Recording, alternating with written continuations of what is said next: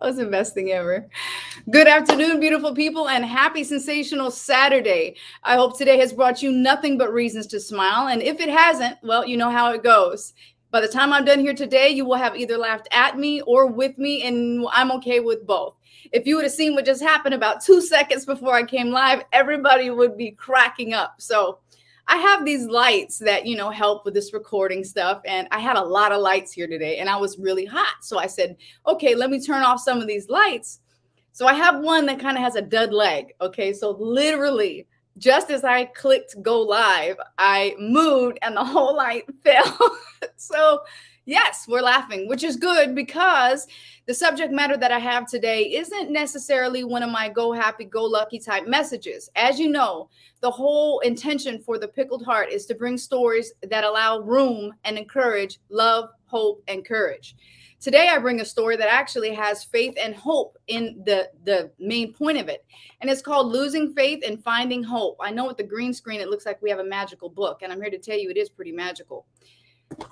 I want to talk a little bit about it and introduce the concept as to why I would bring in such a topic. One is because I can say that I know a lot of people who have lost a child. Not many of you know that I too lost a child.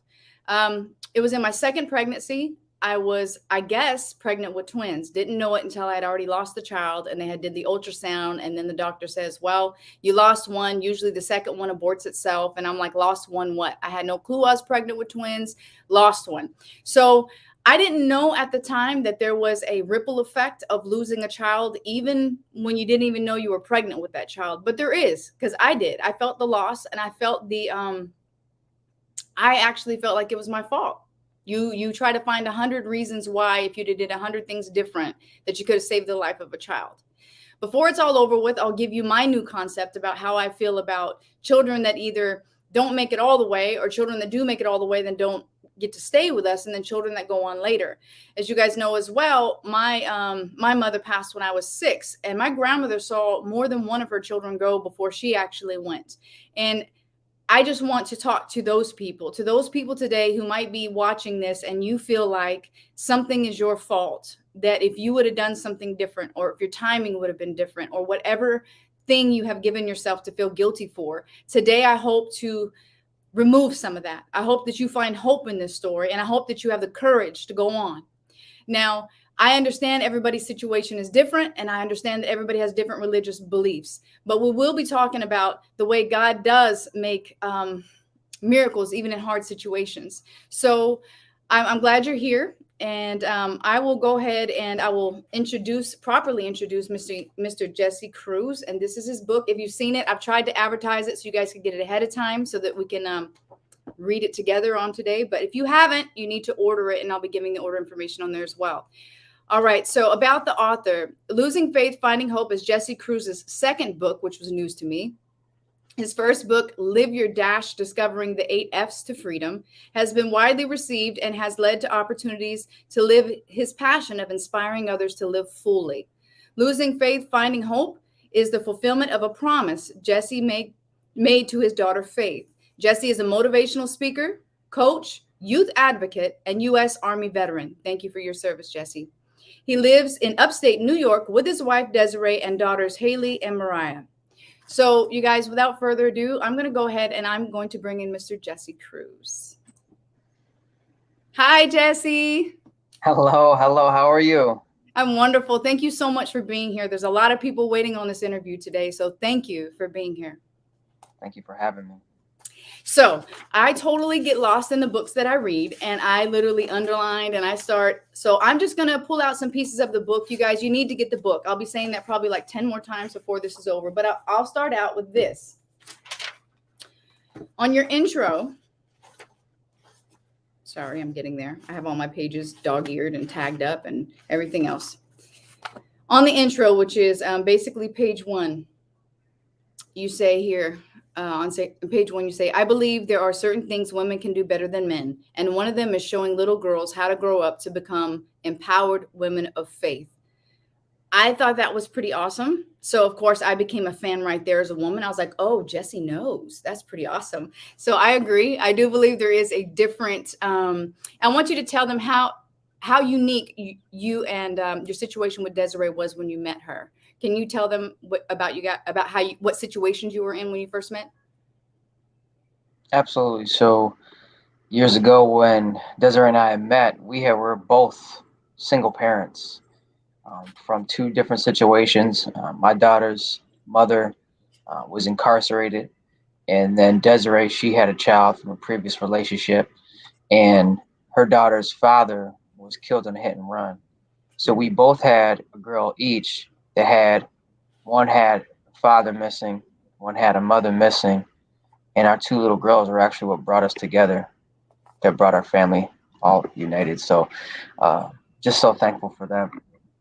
That is absolutely beautiful. So for those of you who are saying, I don't know if I can ever have a blended family or this or that, their story also brought and brings hope to that, because I know it's not always easy, and you're very transparent in discussing some of that, about some of the challenges throughout the situation, about being a interwoven family. And so thank you for being transparent in that. On page 3, you say, but I could not envision my prayers coming true in my lack of faith. What were we talking about here? What happened with Desiree, and why was that so hard for you to believe?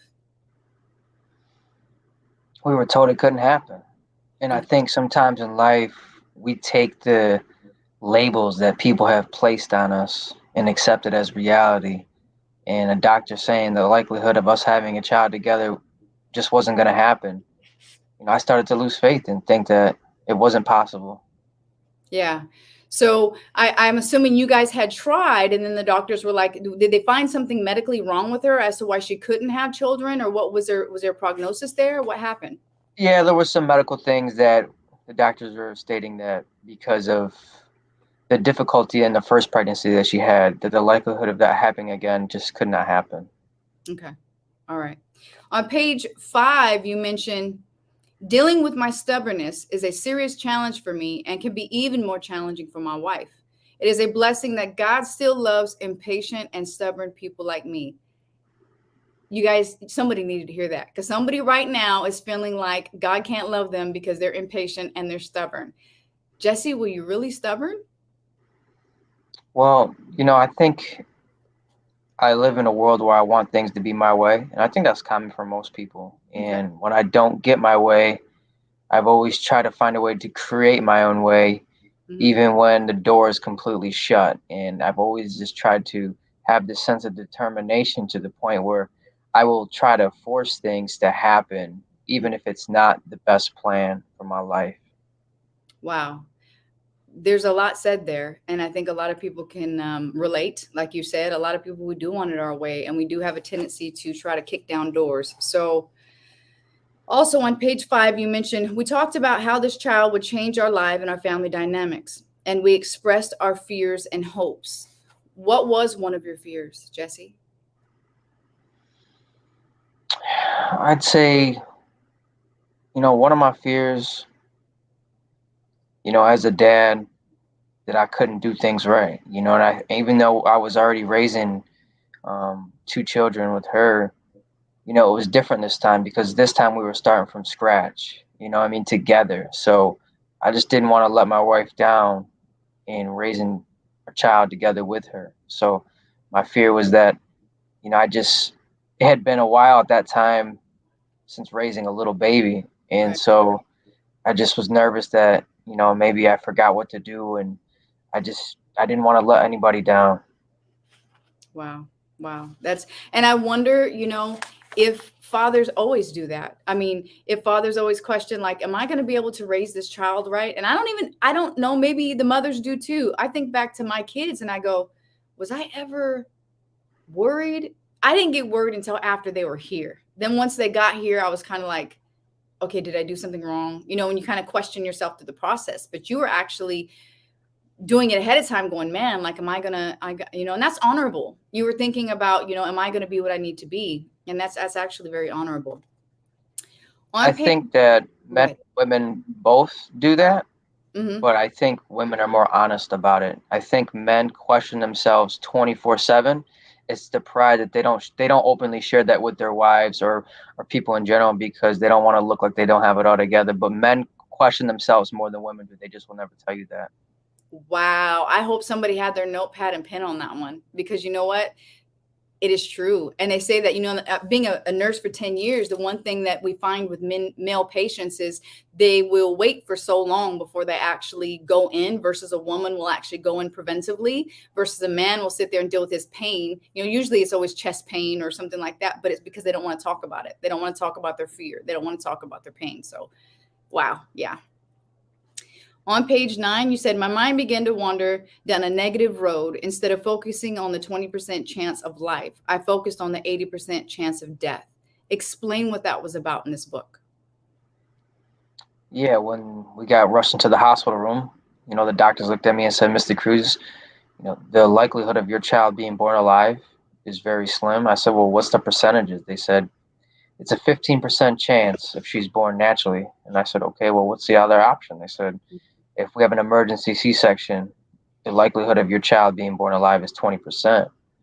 When they said that, I was extremely emotional. My wife and I both were, and we looked at each other and, we said, we're going to put our hope in that extra 5%. So let's go with the 20% and just pray that she makes it, because the percentage wise, she shouldn't have made it. Right. Right. Now, during the pregnancy, up till this point, had Desiree had a pretty decent pregnancy, or were there problems, or how was it? Yeah, I mean, there were some times we had gone to the hospital prior.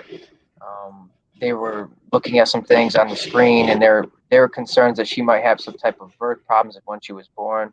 So they did hint at that, but they'd never suspected what we were about to experience. That just wasn't on the radar at all. Right. And again, for the audience, for those of you who have any questions, comments, concerns throughout the entire broadcast, you do have to give StreamYard permission. You can ask your questions. I can pull them up. If you'd like to ask Jesse any questions, or if you'd like something to be talked about this subject, go ahead and put it in the message, and I'll pull that up. On page 19, you mentioned something that I think those of us who hadn't had to do this, we don't think about. You mentioned in the NICU, which is the neonatal intensive care unit, in NICU hallway, death was normal. That stung. I underlined that because you had to go through this every single day. For how many days? Was it 45 days? 42 days. 42. How was that? When you got out the car, was it heavy before you even started down the hallway? It was heavy just because, sadly, I hate saying it, but every single day, little children would die in there. And I just didn't want it to ever be mine, but I always felt bad when it wasn't, because I just didn't want to see any child, and their parents go through that. And I would see these parents just leave empty-handed, and it just crushed me. Yeah. On page 28, this part it sucked as the reader. It really did. Well, a lot of it did, but it says, I found it most disheartening that some of our family and friends grew silent and didn't reach out to us. You were in an interview not too long ago that I watched, and I was so impressed by the way that you actually seen the silver lining in this. And I don't know if that healing came after you had got through this book or whatever, or if maybe it wasn't your perception at the time, but there was something you said, and I don't know if you remember, about these people who grew silent. What did you say about those type of people in our life who may grow silent during challenging times?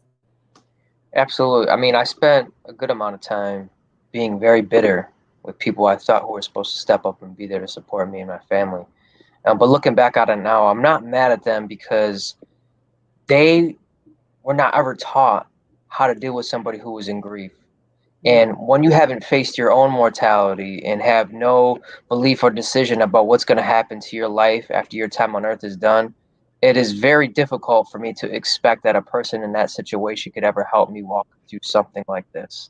So I just had to give them grace and understand they don't understand what's going on with their own life, their thoughts of death. They've never addressed the eternal question of what happens after you die. And so since they've never addressed that, how could I really expect them to be able to help me when my daughter passed away? I just can't. And I just realized that I wish that they could, but you can't expect people to give what they've never been shown. Wow. That is true. Oh, that is so true for so many different areas of our life. So if there's somebody out there, maybe you're holding a grudge against a family member who wasn't there, maybe in one of your most trying times of your life, I think you need to take heed to that, because I do believe we expect people to be able to handle everything, because they're our loved ones and they love us. So we just expect them to be there in the way we want them to be there. But as Jesse said, if they haven't come to grips, especially when it comes to a situation of life and death, sometimes they don't want to get close to it because they're not even comfortable with it. And so they don't know how to be present for you. So, wow. I'd heard you say that on one of the interviews last week. And I thought, God, yes, that's true. Yes. On page 31, under your title, God, Where Are You? You said, I began to wrestle with my concept of God, realizing that God is too big to fit into the box I tried to place him in. God is so amazing that no theologian, pastor, or atheist can genuinely define him. God is so beyond our limited understanding. Who was I to try to figure him out? I got chills reading that, because wow. So you must have really, something happened in you that you probably didn't expect at that time. But can you talk about your new understanding, or an understanding at that time, what that was like? Yeah, you know what? I think one of the big things that I learned is that God is not circumstantial.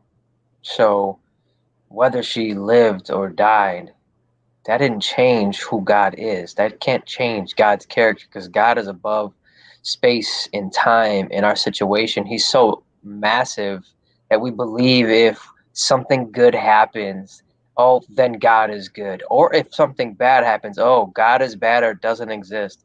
God is so powerful. Our circumstances do not define or change God's character. And I just realized, although I didn't get the outcome that I wanted, it was during those difficult moments is where I actually felt closest to God. Because what does a child do when they're in pain and they're hurting? They run to mom or dad and say, "Ow, I'm hurt, please help me." And that's all God does, is that he loves us enough to give us the free will to choose the lives that we have. And sometimes things happen that are not fair. Right. And even if it's the most tragic of situations, like losing a child, Right. God doesn't leave, and he's always present. We just sometimes forget to be aware of his presence until we feel we need him again. And no matter what, like a loving parent will always do, wrap their arms around us Yes. and tell us that we're loved and it's going to be okay, even though it hurts right now. That's right. And in that, I'll even piggyback that a little bit more and say there are times we couldn't stand our parents, even though they knew best, even though they were there to comfort us, even though we weren't, we kept our eyes on what hurt, but yet we didn't see everything that was becoming from that hurt, or everything that was coming into fruition because of that. So, yeah, I was really touched by that. On page 35, under your supermom portion, you say, Desiree's high, this is marital advice, you guys. I literally wrote in here, this is marital advice. He didn't understand he gave marital advice. And on page 35, he gave marital advice. So you need to listen to this. Desiree's high standards can be intimidating to most people, especially me. During the first few years of our marriage, she held me to a higher standard than anyone ever had. At times, I would become upset and defensive. I resented what I believed to be unreasonable expectations she would place on me. I often grew tired from trying to keep up with her high standards. Looking back, I got the chills. Looking back, I now see that those expectations are what kept our marriage thriving. She challenged me to be the better husband, father, and man. Wow. Go Desiree. Literally, man, if you have a book to memorize that portion, you may need to get it. So tell me what that was like, because I'm sure you didn't want to feel the way you felt at times. So how did you get through that? There are moments where I almost didn't, because I just felt like I could never do anything good enough. But that's not because I wasn't good enough. It's because she saw something in me I didn't see in myself. And she just wanted it. She wanted that to come out. And I would hold back because, I think as men, we try to portray the image of having it all together. And when we're with someone, they get to see that we really don't. And when it's pointed out to us, it really hurts us. And I just remember having to spend a lot of time in prayer and accepting the fact that, God, you're giving me the woman that I prayed for. And so I wanted to become a better man.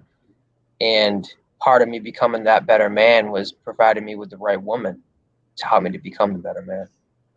Wow. I hope that you guys have that on replay. Hashtag replay. On page 42, you said something very profound here, and I actually reminded somebody of this before. And you had said one of the quickest ways to depression is to ask yourself, what if? Wow. Help those who haven't read the book understand what you were talking about here and the what if and how it drove you stir crazy. Yeah, I think when certain situations in life happen that are tragic and traumatic, it is so easy for us to say, why did that happen to me? And then we try to play this game in our head that I should have done this different. I could have done this different. Actually, you couldn't have, because you did the best with what you were given at that current time. You didn't know better, because if you did, you would have done better. You just didn't know at that moment. So you did the absolute best that you could. Yes. And talking about, I should have done this differently, I could have done this differently, is what it's really doing is causing depression to be birthed into your spirit and compounds and makes it worse every single time. And it's like, you never would have done it, because sometimes in life, you just don't know until you've gone through it. It's easier to look back and say, I could have done this differently, but at the time, you just didn't know. And it's okay to not know, because when situations happen, you're not always going to be prepared for them. Wow. And that is so important, because a lot of people, they will literally, like you said, they'll get stuck and they'll stay in a depressive state, a regret-filled state, by saying, if I could have just did this. I've been guilty of it before, and I do not do that anymore. It does no good, like you said. But a lot of times there are people who are hurting right now because of something that happened 20 years ago, 10 years ago, 5 years ago. And the thing is, they're just stuck, and they're playing repeat on that record. And that's just it's not good. And the what if game, like you said, is just not a fun one to play. And you really shouldn't do it. So I'm glad you included that in this book. Good job there. Page 45, the note that I put on here, there's a couple times in your book, you really show how God shows up in the face of people. And on page 45, it says, while I was praying, a father from across the hallway came over to comfort me. I want you to, I got the chills again. I want you to tell them the story about that.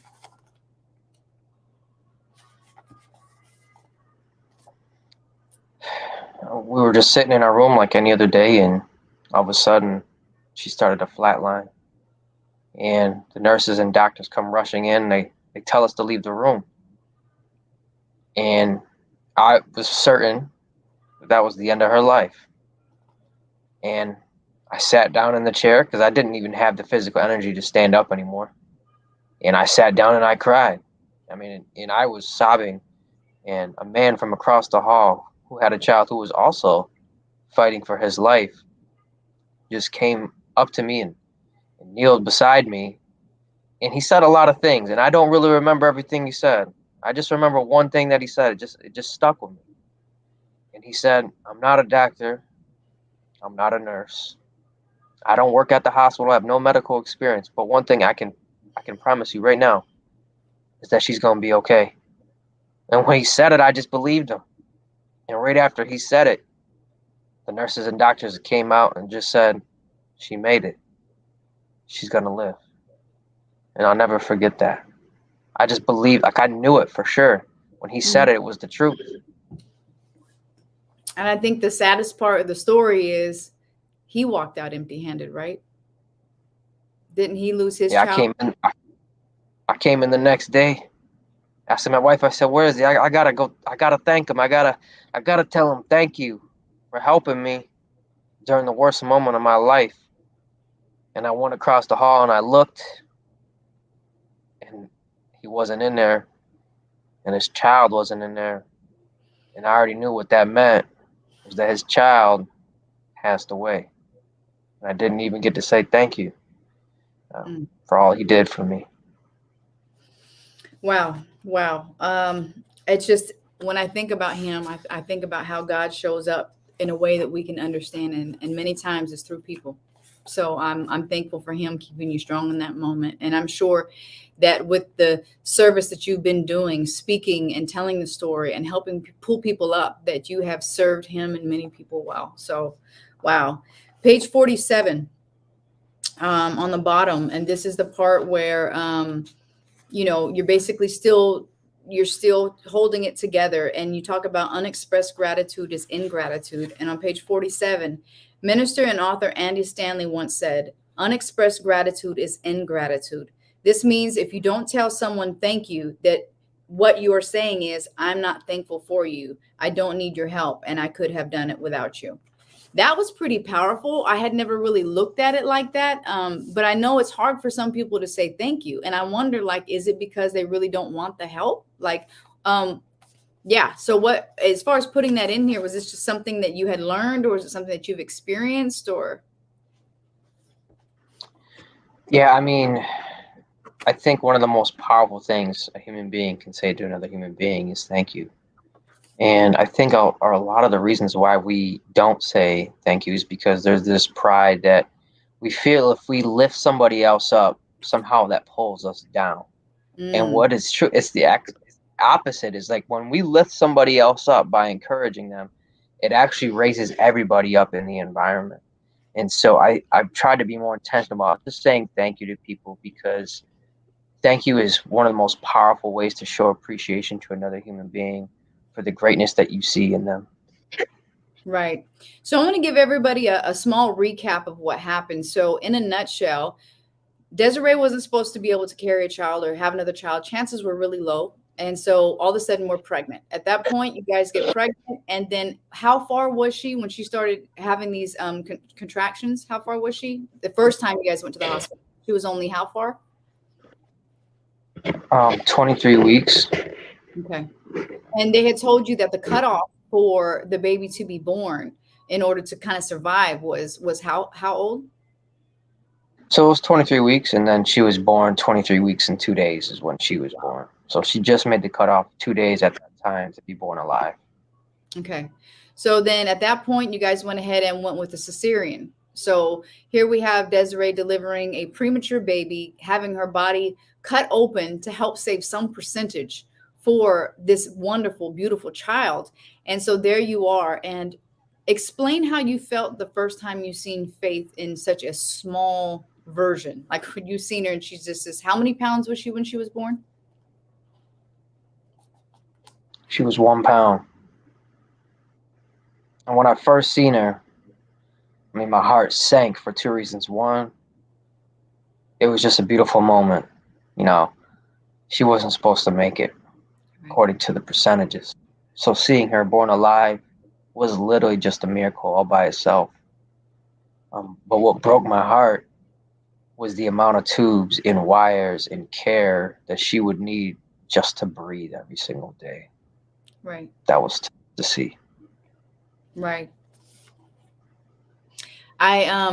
I think about that, and I think about the different phases that people who may be watching this have lost their child at. And there's no child too young. Some might be saying, well, I had a miscarriage. Well, that is losing a child. So I want you to know that you are supported today and you're not alone. And there was a Ronald McDonald house, right? Can you tell the people what that is? Because I'll tell you, when I first became a nurse, we did at Loma Linda, we did a walk for Ronald McDonald House. And I never knew until I read your book what it was even about. And that was 10 years ago. So can you help for the viewers who may be curious or they may even need it one day? Tell us about that. Yeah, so the Ronald McDonald House is a place for families to basically reside at when they have a children that's in the hospital with a condition that it could be deadly. It could be, premature, it could be cancer, some type of other illness. And so while we were in the hospital, we would drive back and forth between our home and the hospital. And one of the workers said, we'd love to have you come stay at the Ronald McDonald House. I had no idea what it was. And then we walked in and it was like home away from home. We had a place to sleep. We had food to eat. It was right down the street from the hospital, and the staff were just so welcoming. And I was in an environment with other people and other families who were going through something similar. So I wasn't feeling so alone because there's other people going through something similar. And the Ronald McDonald House is a great place for families to get connected, whether, it's just a place for you to stay, for a sick child. Hmm. Or I also recommend for people to donate and volunteer there. It's a great organization that helps families stay together during difficult times. I thought that was so very important that you put in your book. So I'm thankful for that because, like you said, if somebody wants to donate to a cause, it's a great cause to do. I didn't realize that the fundraiser, as far as walking, what they were. It was just a bunch of us doing it for team building. But I'm glad that I participated in it unknowingly. I wouldn't have known such a thing existed, and that is really just a wonderful thing. So yeah, make sure you get that. So this was a very emotional time. You're going back and forth. You're trying to maintain some normalcy, right? You're trying to maintain normalcy with the other girls. So what are their feelings at seeing their sister that they were anxiously awaiting in this position? How well did they deal with that?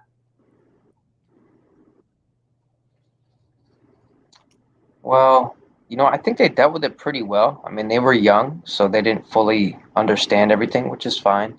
Mhm. I really, really wanted them to have the most normal life possible. So that was my goal. I don't want them to suffer like how I was Right. because I mean, I was a mess, but I didn't want them to be like that. So, I still picked them up at school and tucked them in at night and read them a bedtime story. I try to keep the routine as normal as possible because I don't want them to have to worry like I worried. And, Mhm. and so we just did our best to try to be there for them as parents. And I feel like they did pretty well during that whole time. Do they mention her now? Do you guys, as well, let me get on through the book. Let me not shortcut this book here, but you talk about a fool for a cause. On page 63, you take a polar plunge. And there's two things I want to bring up about that. One is your wife wanted you to continue to do something for your birthday regardless, because here we're talking about your birthday regardless of what's going on. She wanted you to do something. And so bring this up because I think it is important that when you are going through something that you sometimes you need to, I like to say, take your hand off the iron. So you were literally just trying to be as much of a husband and a father and have faith and do all this and do all that, and you were actually fighting yourself on the inside. You were angry. You talk about your emotions. Thank you for being so transparent. You were trying to hold your stuff together, and then you go on this polar plunge, which is a insane place, I guess, where people go into freezing water into the coldest time of the year to raise money for the Special Olympics. So here you are having things taken from your life day by day, and you find another way to give. Did this make you feel a little bit better? Did it help, at least in the moment, to forget what you were going through? I'm sure with freezing water, it may have. Yeah, watching someone every single day that you love die, Hmm. it's like you're dying with them. Hmm. And when I went to that polar plunge, it was like the first time I felt alive during that whole time because my all my energy and focus was not on the hospital and if she was gonna live or die another second. Like it was just for a moment, like I enjoyed myself, and that felt good. And that was how did your wife find out about that? You guys just look up places to help, like for somebody who may say, "Hey, that sounds like something up my alley that I'd love to do." What is it? It's an event they hold all the time. Like, how would somebody find out about it? Yeah, so apparently I didn't really know how big of a deal the polar plunge is until I got there. And so she looked it up because she really wanted to still do something for me on my birthday. I was fine with not doing anything, but she still wanted to try to make it special for me. And it was. And so she looked up things to do online in Rochester, New York. And that came up and it was like on my birthday. And she's like, oh my gosh, let's do this. And so she signed me up and I pulled up to the place and invited a couple friends to join me along. And I mean, there was like thousands of people. So this is a yearly event that's done every year in Rochester and all over the country. And it's really just a beautiful time. And I'm so glad that I went and did it. It sounds amazing for a number of reasons, and I too am glad that you went and did it, not just because to do it, but it was for a good cause too. So wow, look at you getting things pulled out from under you, but you're still giving. Like that's pretty heroic. Now I want to talk about the losing custody part in your book. I love the way that you did that because it was an exchange. And so I want to talk about that night that it was just you and Faith, and the night before you had the losing custody. Can you talk about that a little bit? Yeah, I remember dropping my mother-in-law off at her house, and my wife called me and said, "Hey, I need you to come back." And when my wife calls me after I leave the hospital, it's not usually ever anything good during Right. that time. And I didn't want to go back because I was just at the hospital all day long, and I was mentally and emotionally exhausted, and I just wanted to go see my other girls Mm-hmm. and just spend time with them and try to be normal, like a little bit. Mm-hmm. And I remember as I was on my way back, I was like, all right, fine. I'm dropping her off and I'll turn back around. Right. And everything inside of me did not want to do it because I just was I couldn't take no more. Right. But I decided, I said, you know what? They really want me there. The doctors and nurses were requesting I come back. My wife was requesting I come back. So I said, all right, fine. I'll come back. So I got something to watch the kids and dropped her off, and I went back. And it was like for the first time I actually saw my wife like actually sleep at all. Mm-hmm. And she actually just laid down for the first time and took a rest just for a moment. And I just stayed up, to the early morning hours with her, and I just listened to music and I just talked to her. And while I was playing a song, I literally felt like the presence of God just say, put the phone down, turn the song off.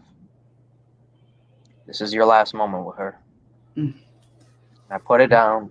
I looked at her. And right after I looked at her, all her levels just dropped. And they tried to come in.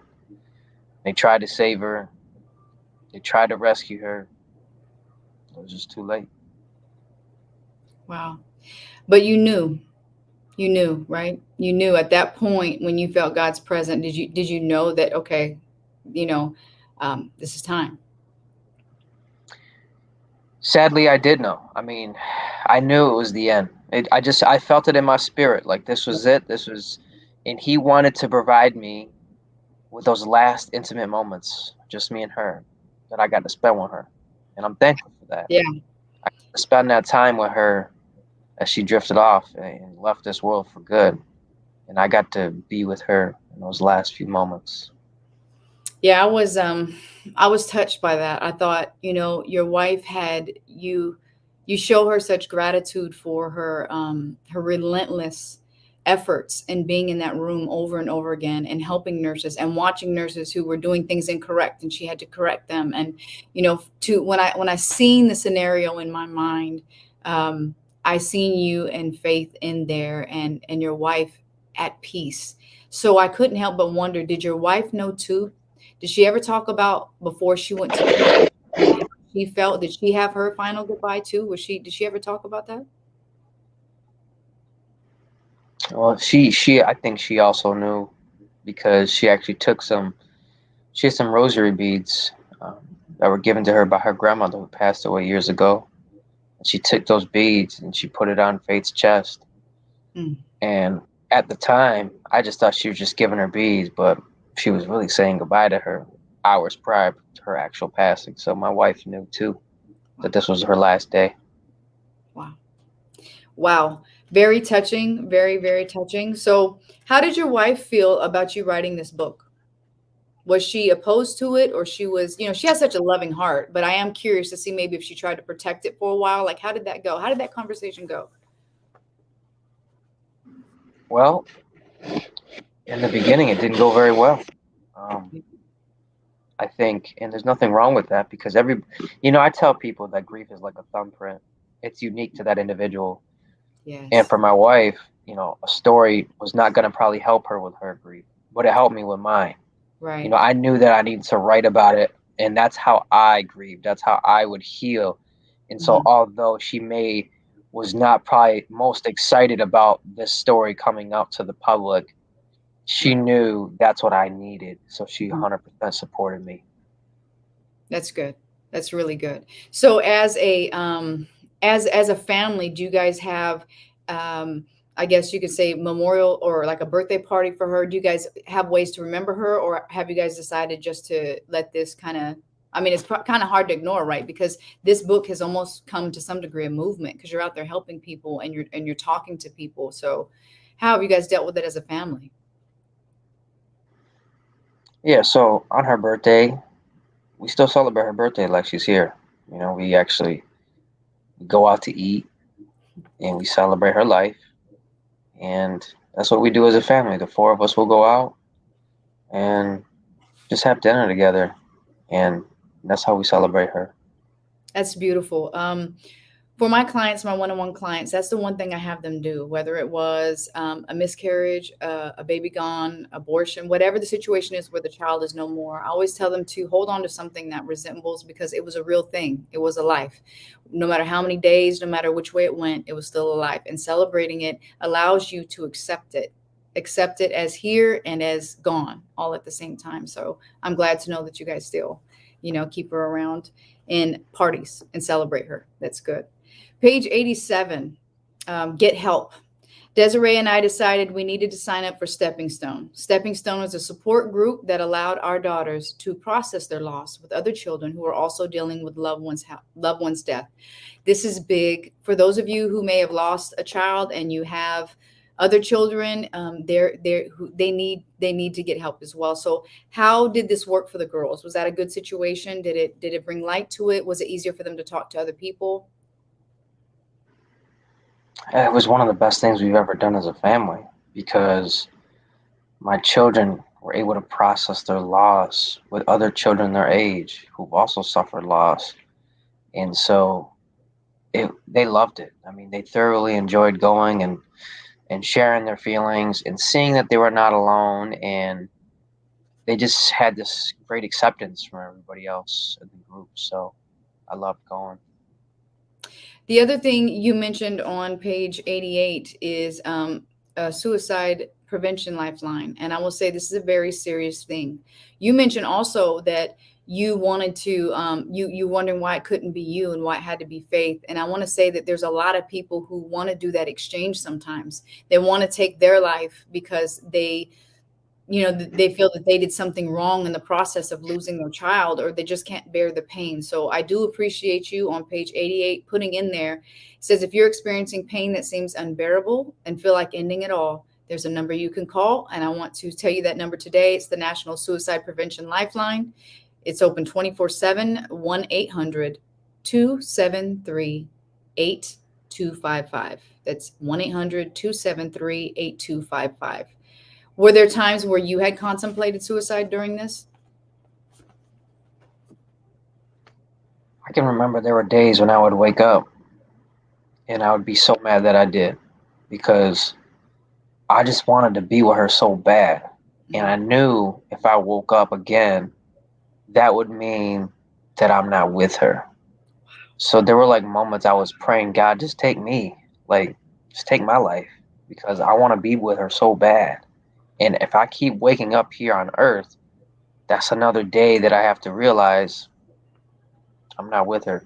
And it would just drive so much misery into my life. I didn't want to be alive without her anymore. Wow. That's strong. And I know that you had to come over a lot in order to be able to, one, say it. But you talk about some of those struggles on page 91. You titled Destruction and Restoration. And you said, my grief over Faith threatened my marriage. My failure to choose to heal our marriage wounded my wife. Desiree and I began to argue constantly, and I withdrew from our relationship. I became verbally abusive, and our communication became toxic. I pushed her away to the point that she was about to leave me. I was failing as a husband, and I had become an overbearing dad. Talk about transparency right there. Tell me about that and what you decided to do. Well, I would say that during that time, I was so hurt and so devastated that I didn't know how to love another human being because, first of all, I didn't know how to love myself. Mm-hmm. And you can't give what you don't have. And I felt like I had no love to give because my love left when my daughter died. Mm-hmm. So every day, it was just anger that came out, not love. I lost myself, my identity in my child. And then therefore, I couldn't be the husband that she needed because I was so broken and I would just lash out and I didn't know how to behave. I didn't know how to act. And it had to get to the point where I was like, you know what? I need help. So going to support groups and counseling and therapy, those things all help because I just wanted to heal so bad. And I think people, when they intentionally choose to heal, that their lives can truly change. Yes.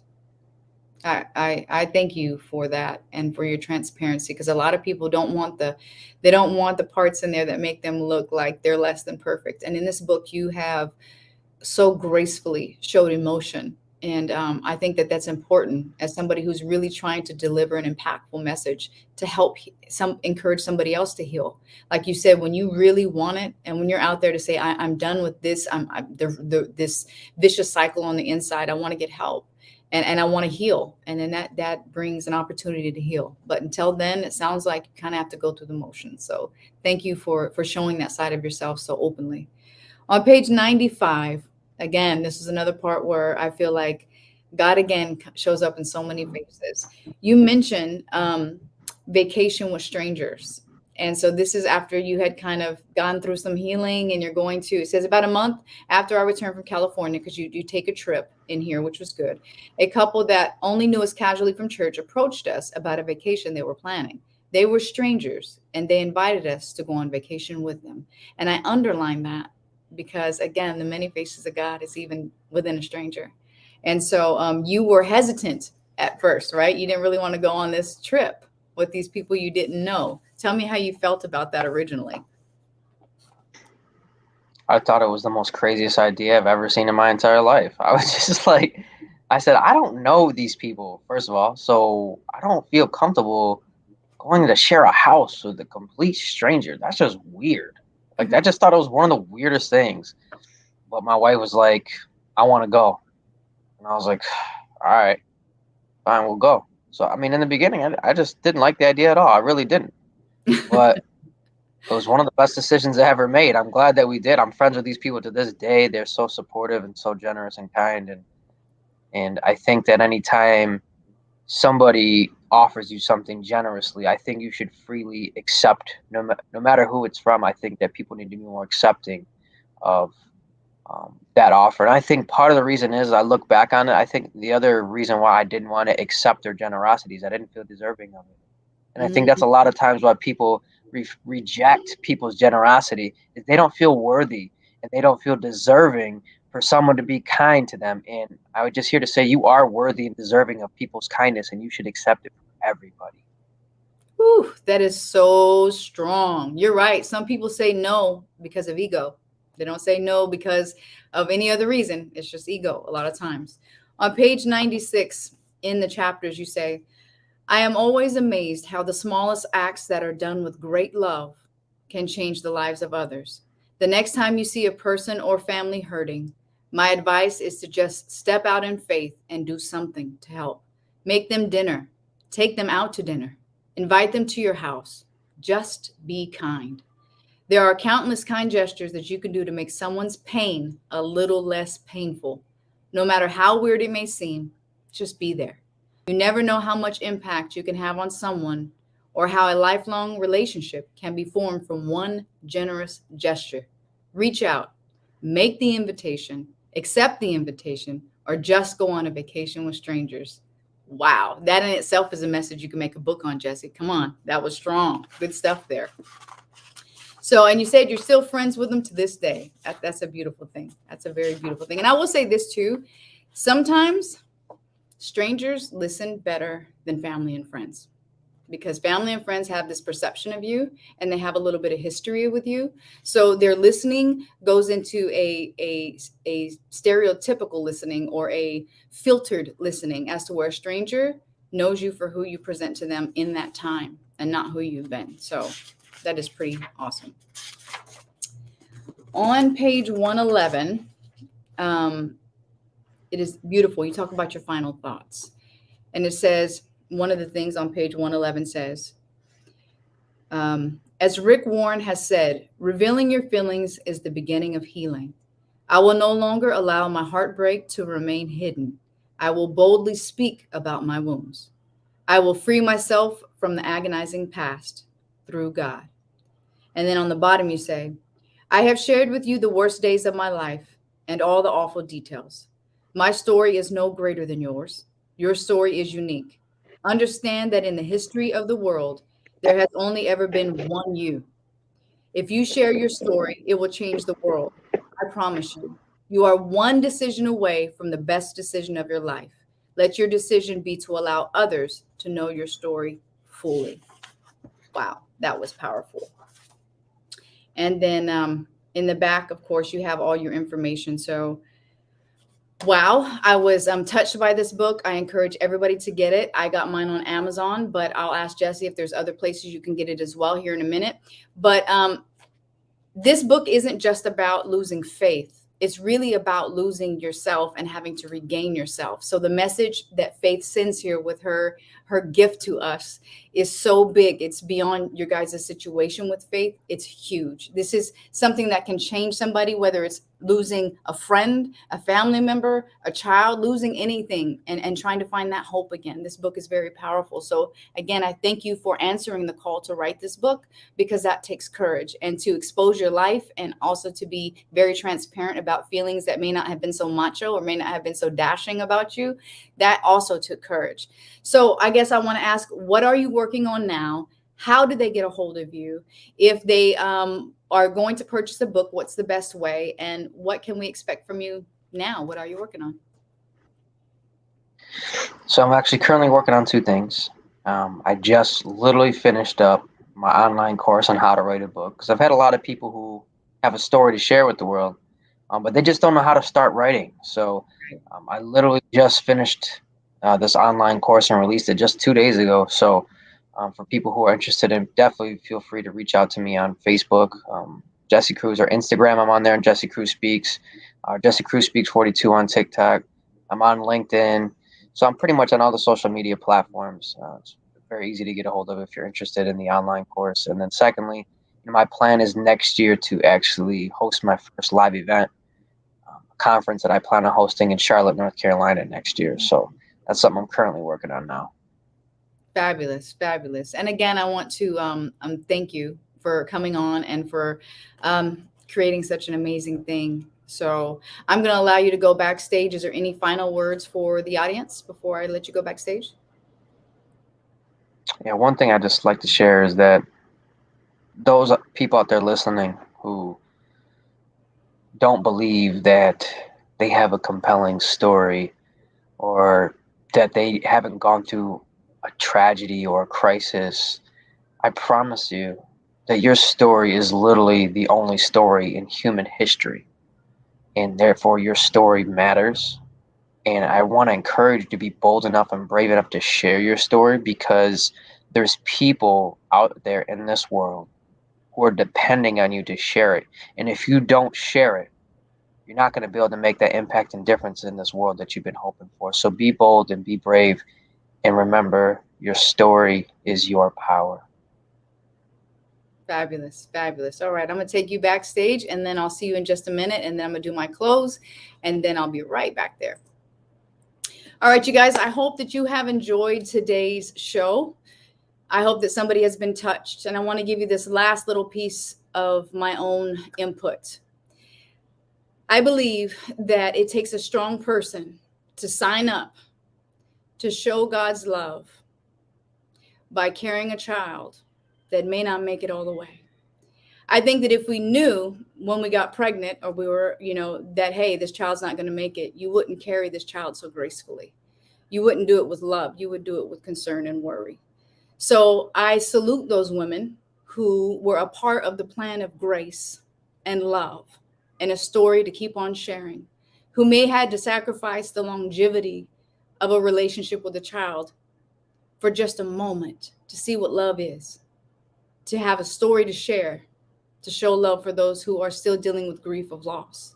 I salute you today. Know that things don't happen for no reason, and know that you were chosen and your child was chosen too. It's just everybody's story is different. Some may only needed 5 months of life to share the story that they needed to share.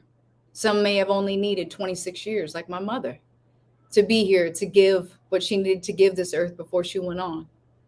And you have to be willing to accept that, because our God's love is bigger than we have ever loved. And sometimes we can't see beyond our own version of love. So we have to be careful with that. You guys, I hope this story has brought you some love, some hope, and some courage. Thank you for tuning in. And make sure that you tell yourself at least 2 times a day, I can, I will, and I am so worth it. Yes, you are. God bless you. And I will see you next time.